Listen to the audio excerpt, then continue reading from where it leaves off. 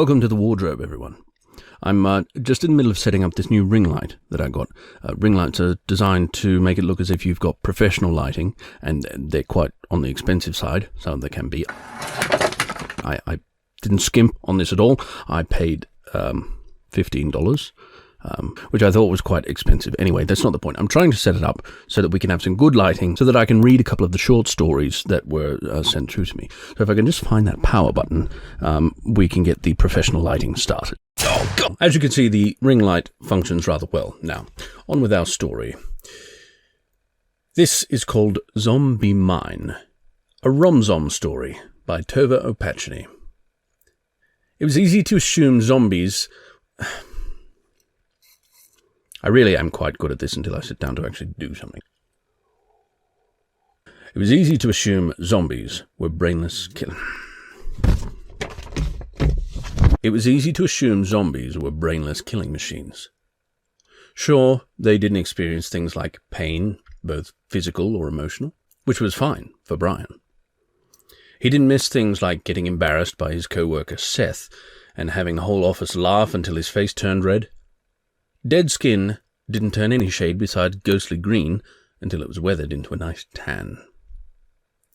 Being able to stand in the hot sun and never having to worry about sunblock was kind of nice. Also kind of nice, eating Seth. But not everything was completely gone. He still had the same crush on Liz. In fact, it was no longer creepy when he spent most of his days staring at her zombified body with glazed eyes and a slack jaw, because that's what zombies did.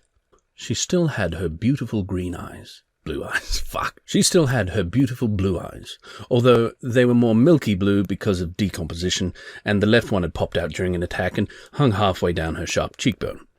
But some people were gorgeous no matter what. That's what he would describe as eternal beauty. He never had the guts to tell her how he truly felt when he was alive, but it was like with death, he'd finally been set free.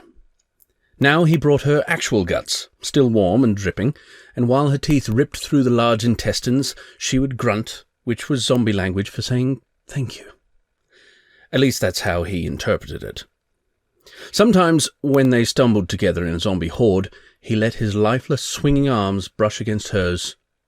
She didn't know it was him, because he'd been on the left side, the same side with the dangling eye, but she groaned out, "Brains." It was as though she still sensed him, because everyone knew that brain is just Brian with two letters switched around. When zombies had limited vocabulary, one started to understand all the little nuances. Today was different. This time he'd finally lay it all on the line because he wanted to spend the rest of his undead life with her. He left his normal spot in the office parking garage, searching for a new body. Brian found an old security guard and went to work. He returned to level number 4 with a bounty in his arms, locating the blonde hair with the blood highlights and a body most would kill for, which was how Liz became a zombie in the first place. Karen in accounting had always been jealous, and the first person Liz had bit had been Brian. This had to mean something. Her milky blue eyes turned to the pavement where he had laid out an eyeball, a heart, and a hand that had been shaped to form a U. That's all Brian needed to tell her, "I heart you." Liz looked at him and said, "Brains." And that's how he knew she loved him, because there were no brains around. There was only Brian.